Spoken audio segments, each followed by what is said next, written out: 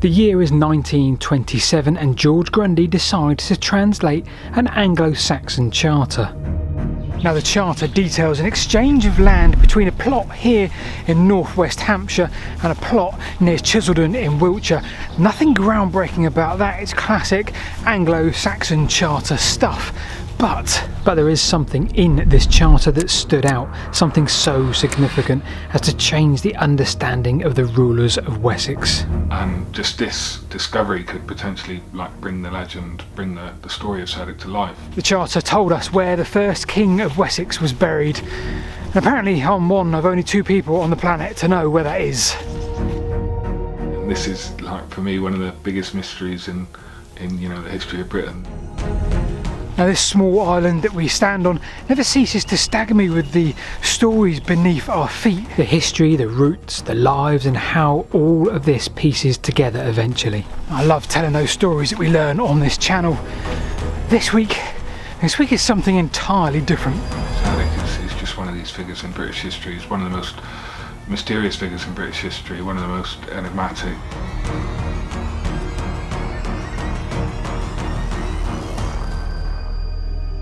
Let's take you back to post-Roman Britain, a time which perhaps still saw plenty of wealth around, but saw a power vacuum and a struggle for authority and security, perhaps taking us back to a time akin to Iron Age Britain. Cerdic is one such king trying to fill this power gap, this surge in the post-Roman era. When you start delving into the mystery of Cerdic, that's the first real interesting aspect, is that he does have a Brittonic name, and in fact most of his descendants have Brittonic names right up until the 7th century. Despite every Anglo-Saxon king for centuries after claiming direct descendancy from him, he is indeed trying to fill this gap in this post-Roman era of seemingly no rule. Cerdic's area is kind of very clear, actually. It's always been one of the clearest parts of the story. It's very focused around the Hampshire area, also around places such as the New Forest, the Solent. Yet all the battles are kind of clustered around this type of area. That seemed to be the focus of the warfare. And this eventually grew into the Kingdom of Wessex, and then on, as we know, into England. Now the earliest source material for Cerdic is in the Anglo Saxon Chronicle, put together in the late 9th century. It is possible that his reign should be placed somewhere between 538 and 554 AD. Just a confusing account. It looks like the story has been retold twice, so it's the same story of Cerdic landing, fighting a big battle and kind of conquering the region. It looks like there are kind of fictional characters which are based on the places where the battles were fought. And yet, and the kind of time frame is a bit suspicious as well. I mean, this was a time when most people were kind of lucky to live into their 30s, into their late 30s, and yet Cerdic's reign is 39, I believe 39 years. So we have a Cerdic in the Anglo-Saxon Chronicle, but seemingly with a misleading date. Why would that be? In the dates for the Anglo-Saxon Chronicle, there are lots of kind of patterns of dating where there's 19 years between various events. Professor Dunville believes that Cerdic's reign was backdated, probably because the other kingdoms such as Sussex and Kent had been formed a lot earlier, so they'd been formed about 75 to 100 years earlier. Now the most important part of this story is the charter, because the charter almost takes us on a journey. Anglo-Saxon charters date back to 670 AD and they can be one of many things. It could be an agreement, it could be a will, it could be a transfer of land. And this is where our story comes to life, because a charter drawn up in 900 AD by Edward the Elgar exchanged 10 hides of land on the outskirts of Andover with land near Chiseldon in Wiltshire. Now this charter would describe this parcel of land that was being exchanged by its boundary, and it would describe the boundary like a route using features along the boundary, and it just so happened that one of those features was Cerdic's Barrow. So in this case I was really focused on the kind of points next to Cerdic Barrow, and I really wanted to kind of find, if I could find the point afterwards and the point before and work them out, then I could work out, you know, where Cerdic Barrow was. Oh, quick important disclaimer, in this charter there's a whole load of sentences which help us describe this route or this boundary. We're going to use 6 of those to try and find Cerdic Barrow, and we'll take you on that journey. We've had permission from a number of farmers to be here over the last sort of 12 months of making this, so ideally don't turn up if you know where we are with the metal detector, because I'll get into a lot of trouble. So the first clue is first from the double ford along the track to the Lynch with a fern squirrel. Now most clues are useless on their own. It's a bit like a puzzle. When you start piecing it together, only then does it become clear. I guess you're not using the ford at this time of year, but nevertheless the place where the 2 fords meet, the Bourne Tibulette and the River Tess just across the way. The next clue is along the track to the barrel of the ash tree. Well, this is a bit of a tricky one, but only when you start to look at some of the very old maps here you can see there is a track that deviates north off of the main road now up towards a barrow. The first ash tree barrel was quite easy to identify because Grundy mentions in his translation that there's this sharp bend. When you're actually still on the farm, you can see that there is a sharp bend west. We follow the trackway from back there and followed on from Paul's second clue, and here we are. There's not a great deal to see because obviously this has been ploughed out and beyond, but according to the OS map and that second clue, well, that barrow could well have stood just here, maybe sort of 20 yards away from me there. Not a great deal to see, but it does help us with one of the clues on this journey onwards.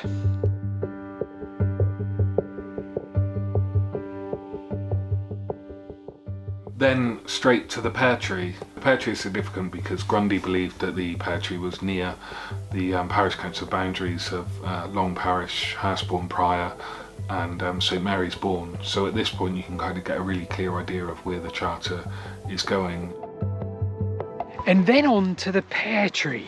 That's a really strange clue because, as Paul said, introduced by the Romans, but to think of a pear tree in what would be known to be a legally binding document identifying someone's territory, their piece of land, why would you put that down as a tree which you know hasn't got a long life? Maybe, just maybe, that's of huge significance because, well, it's a single tree, so it probably stood out way across the landscape here as such a marker. So we'll never really know where that single pear tree would have stood here in the landscape, but perhaps the edge of the field boundary there would have been a potential spot, who knows. Now, just up ahead, before we go over the brow of this hill ahead of me, well, there was another barrow here not mentioned in the charter. And this barrow was actually studied around 20 years ago, and they did find evidence of 2 burial pits in this barrow. So there is a possibility that you couldn't rule this barrow out because it could possibly fit with the kind of course of the charter. But if you compare the 2 barrows, this one is kind of, it's in like a sloping field. It's not very kind of visible. It doesn't really kind of scream somewhere that's in a real prominent place. So this barrow remains a bit of a mystery. Again, the next clue, number 4, we're going to save to last because it is the whole point of this story. We're going to go to clue 6 now, to the north of here, and we're going to try and join the dots and make our way back to point 4. So there are 2 more burial mounds much further north, and they're also mentioned in this charter. We thought we'd take a quick look with permission from the farmer, although this doesn't really help us on today's journey. So let's get back on track, find clue 6 and then 5 and then 4, Cerdic Barrow. So the next clue, the clue 6, is then to the track which runs over the dyke. Thankfully, the lovely farmer has allowed us to come up here and have a look at that. We've got the railway line to the south, and look at this. It reminds me very much of Grimm's Ditch, but almost bigger, and we're just theorising what this was. I think Historic England have suggested it's very similar to some the other side of Andover Crawley, and that would have been late Bronze Age, early Iron Age, but really we don't know what this was. Was it a boundary? Was it a defensive construction? Was it almost like the ones like perhaps a trade route marker, so you could monitor the trade in and out? I doubt that's true because this is a lot earlier, but either way, this is a beautiful thing to see and be able to stand in a ditch known as the Devil's Ditch here. What's really interesting about this ditch is that we know it extends to Rags Wood, which is around 3 miles away, but there is some suggestion, and you only have to have a cursory glance on the map to see that it actually extends further than that to Chute Parish, and that's really kind of significant because it just speaks of these kind of divisions between two areas, and you know, as we'll see, the Barrow is very close to this ditch, so there seems to be more. It seems to be like a connection there. We're going to carry on heading a bit further south to where we think there was the next point, the Willow Grove.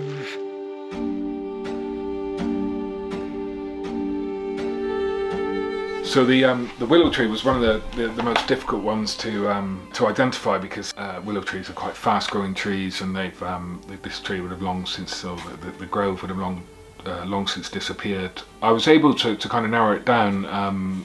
Mike Farrell, who's manages the Trinley estate, was being really helpful. Behind the wood there's a valley, a natural valley in the landscape, and there's lots of stones that would lead you to believe they're so much more rounded and would, you'd have thought, be a valley bottom adjacent to what we know is a Roman villa, and historically they're going to be somewhere near water. You'd argue there's the nearest watercourse we know of today is about 2 miles in either direction, so logic would say they must have pitched up and built near watercourses of some sort. So where that valley leads to eventually, it crosses the railway line, and underneath that there are culverts and sort of like almost mini bridges, so it must have had a watercourse there at some point. Okay, exactly as Mike suggested, we're at the lowest point now by the railway just behind me, and yeah, the Bourne would have come in here, the rivulet, and lo and behold there is indeed a culvert behind me there, which does suggest that the railway engineers in the 1850s, when they built that line, they either saw water here or they knew this on occasion rose and flooded underneath the railway, hence the need for the culvert. You know, there is a possibility that the Willow Grove was situated at the end of the modern day Pepper's Hill Firs. It's also known as the kind of the Dyke Wood.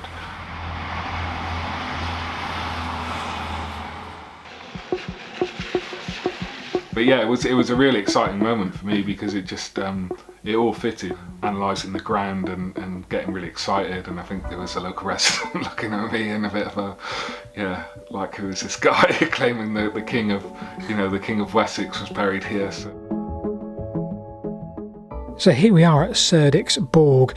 Now that could be translated to just a hill, but the way the rest of the language is written in this charter, Paul is confident this does indeed mean Cerdic's Barrow. Now we've tried not to give the exact location for obvious reasons, suffice to say within a couple of 100 metres as to where we stand just there. The key here is the importance of this spot. There is a view to the northwest for absolutely miles, and this would have been looking away from the early site of Wessex. You've also got the boundary I mentioned, the ditch. You've also got the Roman road, you've got the Harrow Way.